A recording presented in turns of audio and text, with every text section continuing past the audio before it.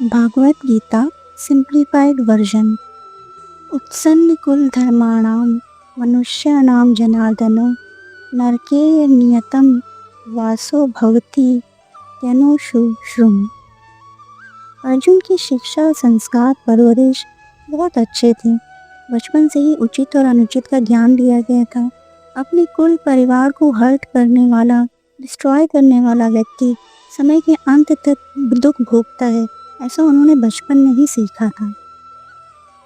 अहोपत महत पापम कर्तुम व्यवसिता वयम यत राज्य सुख लोभेन हंतुम स्वजन मुद्यतः। अर्जुन का मानना था कि ये सब जानते हुए भी वो सिर्फ राजशाही सुख भोगने के लिए अपने परिवार, संबंधियों, रिश्तेदारों का वध करने के लिए यहाँ पे खड़ा हुआ है, जो कि बिल्कुल भी सही नहीं है।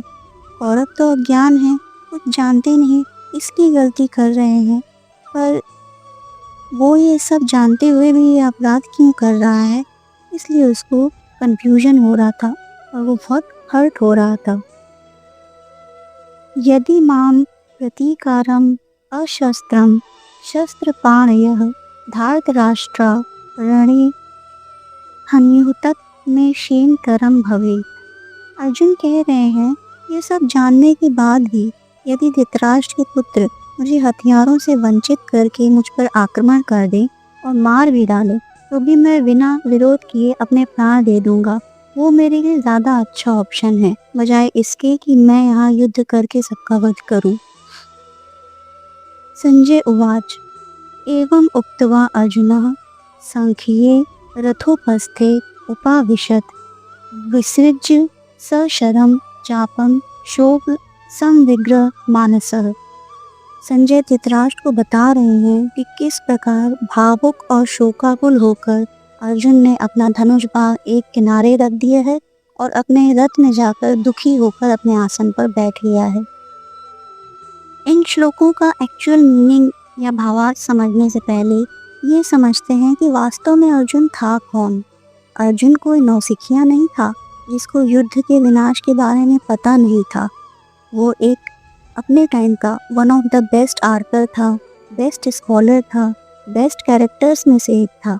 स्वर्ग के राजा इंद्र उसके पिता माने जाते हैं और गुरु भी।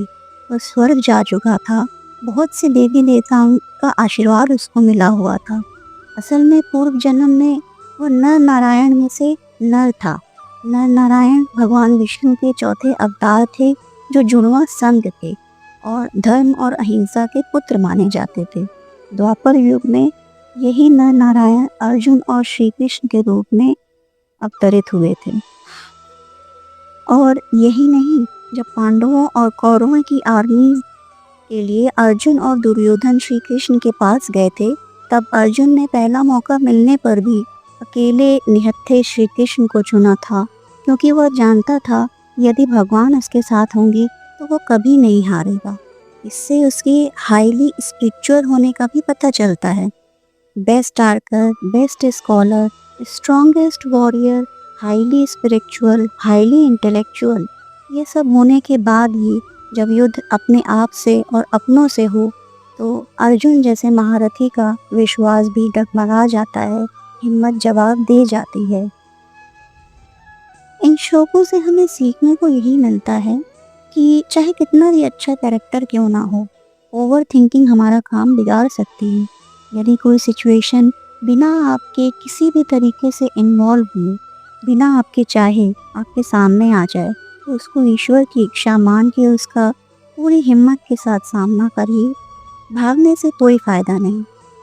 भौतिक चीज़ों से, भौतिक रिश्तों से ज़रूरत से ज़्यादा लगाव होना आपको ज़रूरत से ज़्यादा तकलीफ़ देता है। दुखी मन आपको अपने कर्तव्य से भटका देता है। इसलिए भगवान के आगे सरेंडर करके लाइफ में जो भी सिचुएशन आए उसको हैंडल कीजिए। Thank you for watching my videos. Please like, share and subscribe to get more such videos.